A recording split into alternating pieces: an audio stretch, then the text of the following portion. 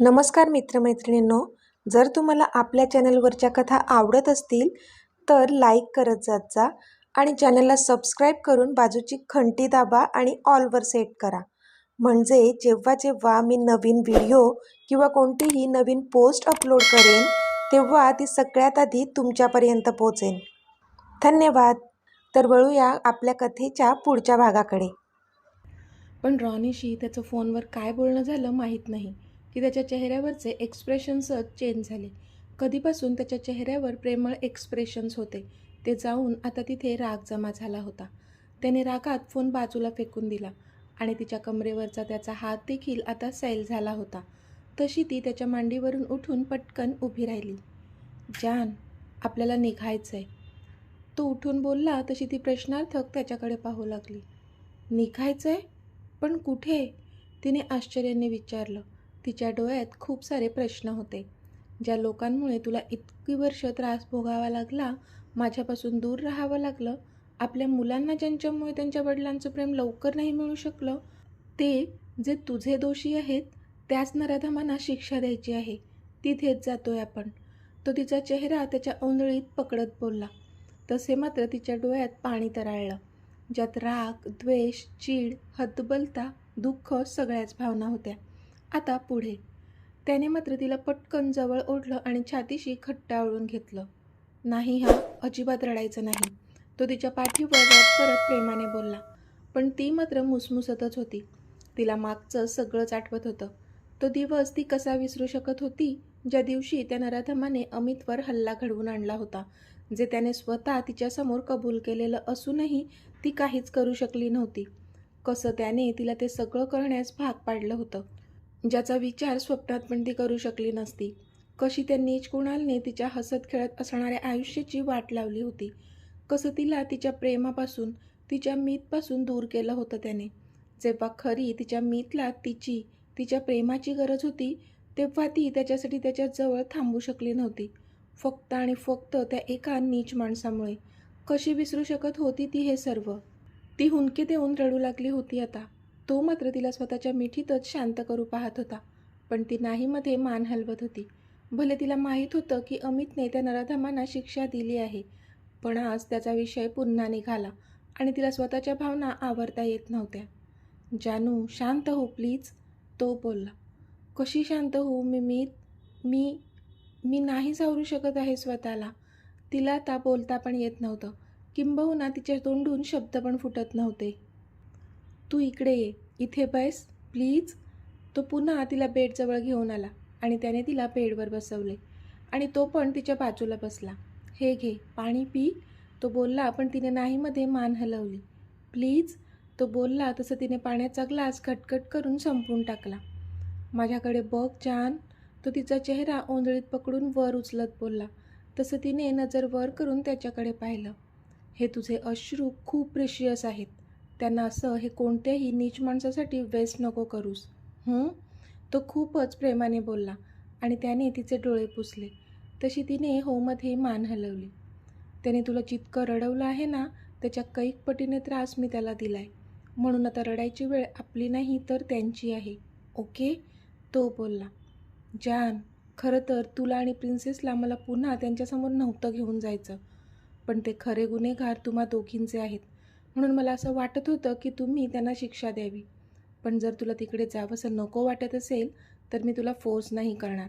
तुझ्या मर्जीविरुद्ध काहीच नाही होणार, तो बोलला. नाही मीत, असं काहीच नाही आहे. मी पण येईल तुमच्यासोबत. मला पण बघायचं आहे त्या नराधमांना शेवटचा श्वास घेताना. फक्त इतक्या वर्षांनी त्या सगळ्या कटू आठवणी एकदाच डोळ्यांसमोर आल्या म्हणून खूप भरून आलं होतं आणि खूप जास्त राग पण आला होता त्याचा, ती बोलली. तसं त्याने अजूनच तिला स्वतःच्या छातीशी घट्ट आवळलं. छान, तेव्हा मी काहीच करू शकलो नव्हतो, पण त्या सगळ्यांची कसर मी आत्ता पूर्ण करेल.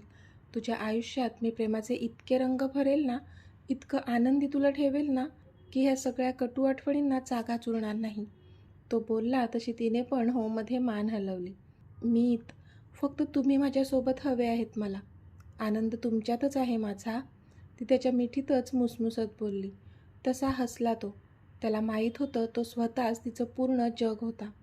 मी कायम तुझ्यासोबतच आहे जान. I love you. तो तिच्या केसांवर किस करत बोलला. आय लव्ह यू टू मीत. ती पण तिची मिठी घट्ट करत बोलली.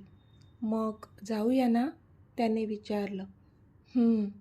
तिने त्याच्या मिठीतच हुंकार भरला. पण आता तू मला सोडलंस तर मी जाऊन आंघोळ करेल ना, तो मिश्किलपणे बोलला. तिचा मूड थोडा लाईट करायचा होता त्याला. ती बोलली आणि त्याच्या मिठीतून बाजूला झाली. तसं तुला पुन्हा माझ्यासोबत यायचं असेल आंघोळीसाठी तर तू येऊ शकतेस. आय डोंट माइंड हा. तो तिला डोळा मारून बोलला, पण ती मात्र डोळे बारीक करून त्याच्याकडे पाहू लागली. मीत, आगाऊपणा पुरे हा, जा आता तुम्ही, ती त्याला दटावत बोलली. अगं पण चल ना, काय हरकत आहे, तो तिचा हात पकडत बोलला. पण तिने मात्र त्याच्या हातातून स्वतःचा हात सोडवून घेऊन बळेच त्याला बाथरूममध्ये ढकललं आणि हसतच दरवाजा बंद केला बाथरूमचा.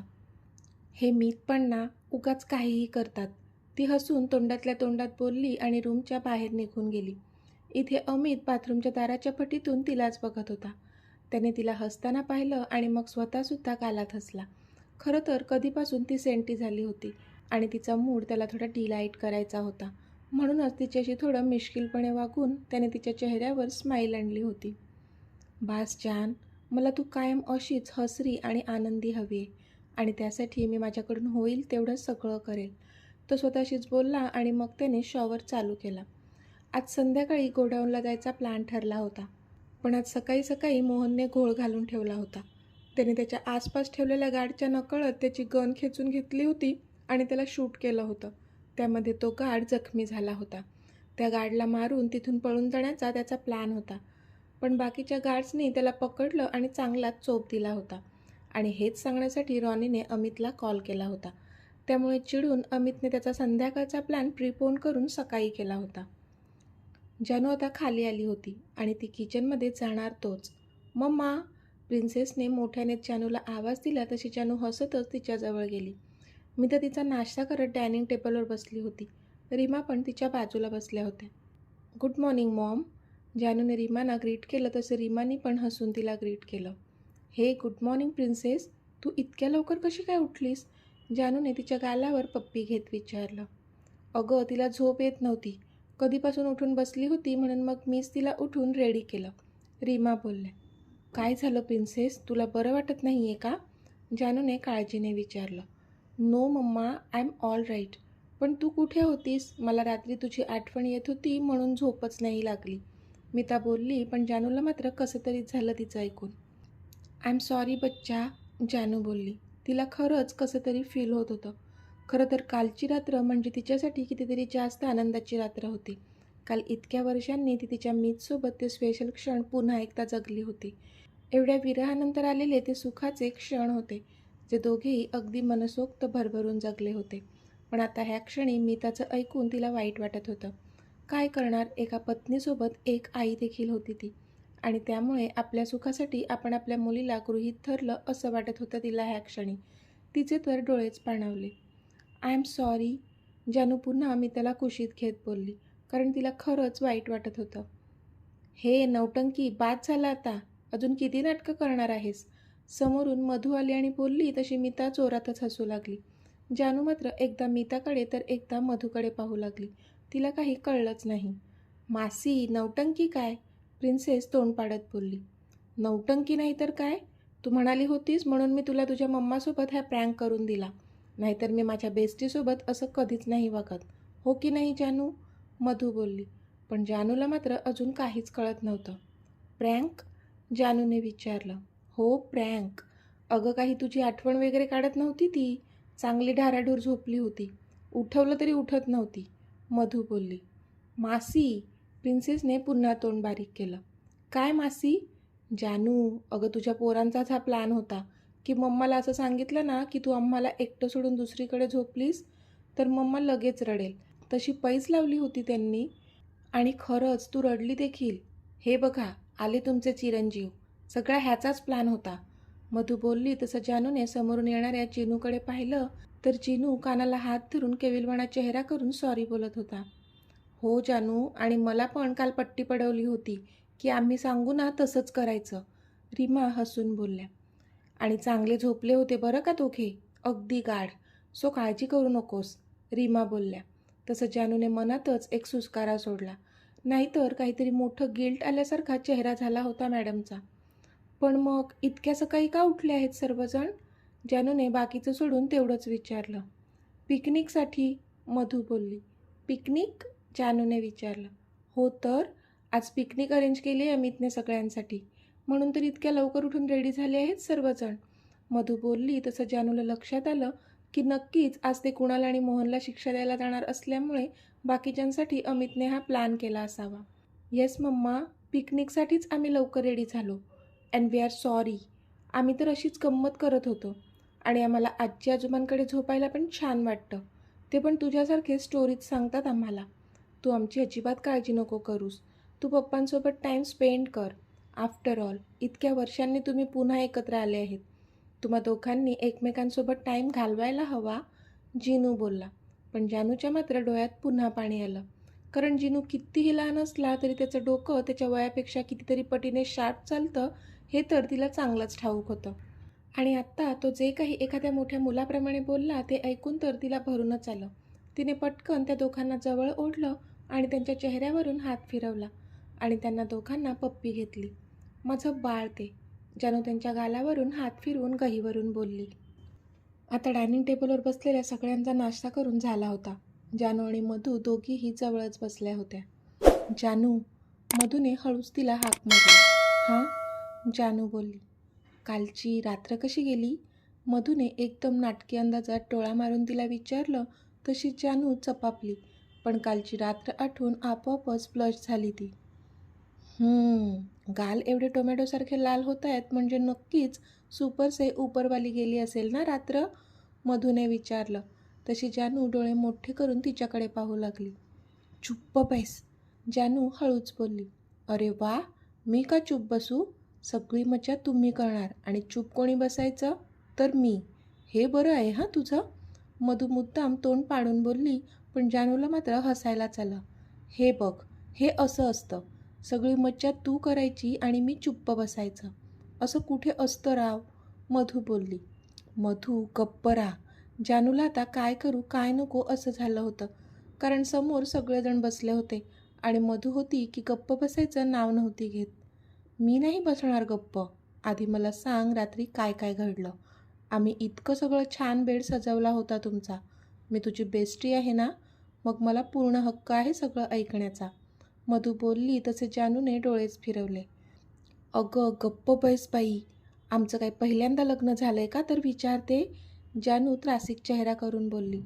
पण नवीन लग्न तर झालंय ना, आणि ते पण तुझ्या पसंदीदा मुलासोबत, आय मीन पुरुषासोबत. मधू स्वतःला करेक्ट करत बोलली. तसं जानूला हसायला आलं.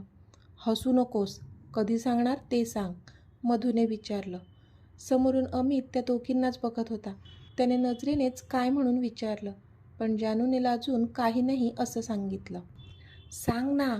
इथे मधू डोक्यावर बसली होती ते वेगळं. बरं बाई सांगेल, उद्या सांगेल, ठीक आहे, जानू बोलली. उद्या?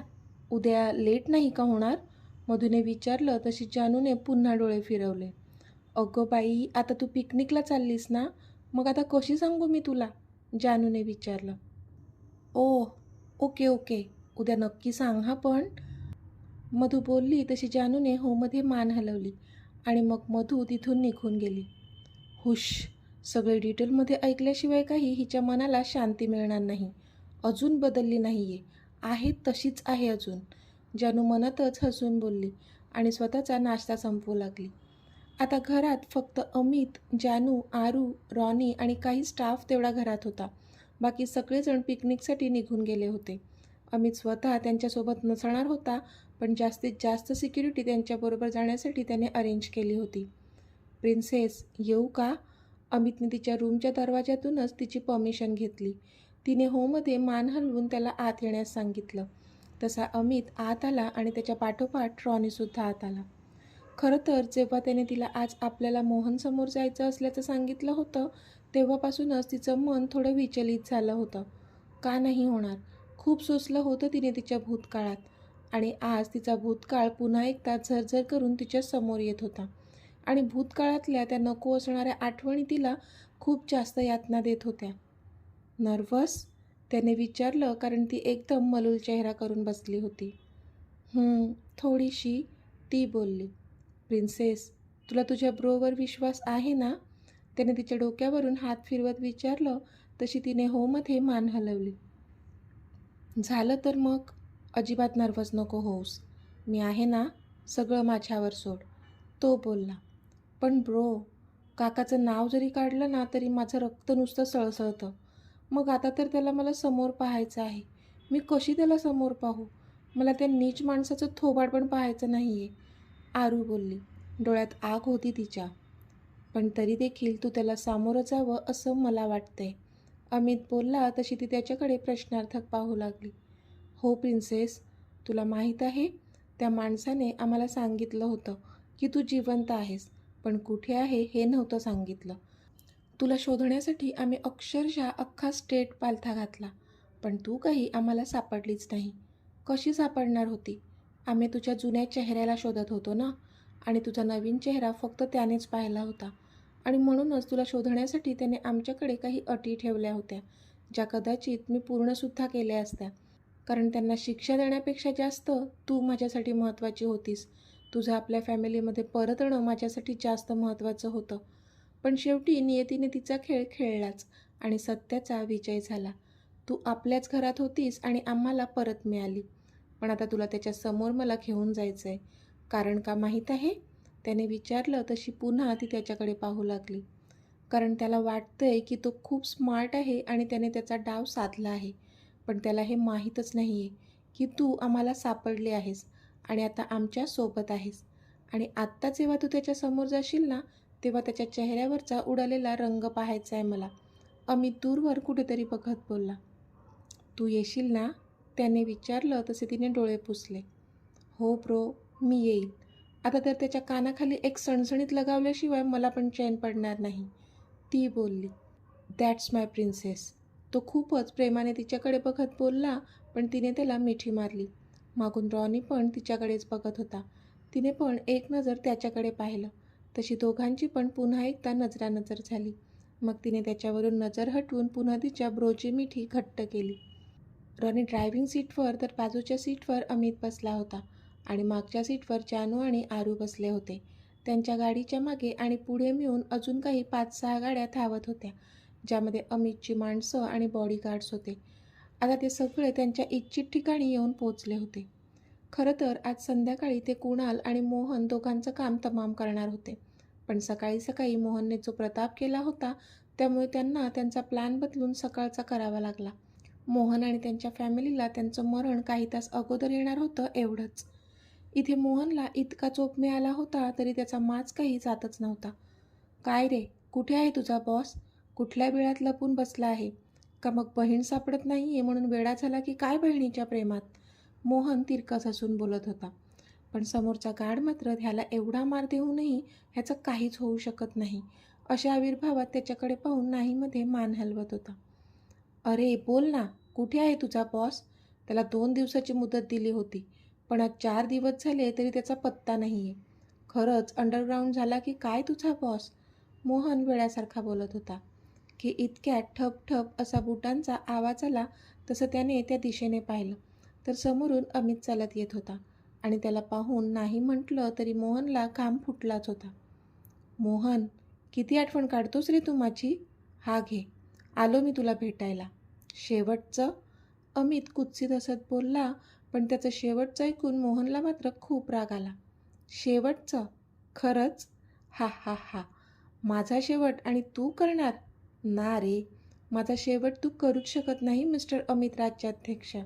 नाहीतर तुला तुझी अजूनही जिवंत असणारी बहीण कशी मिळेल ना, जिला फक्त मीच पाहिलं आहे, जिचा चेहरा फक्त मलाच माहीत आहे.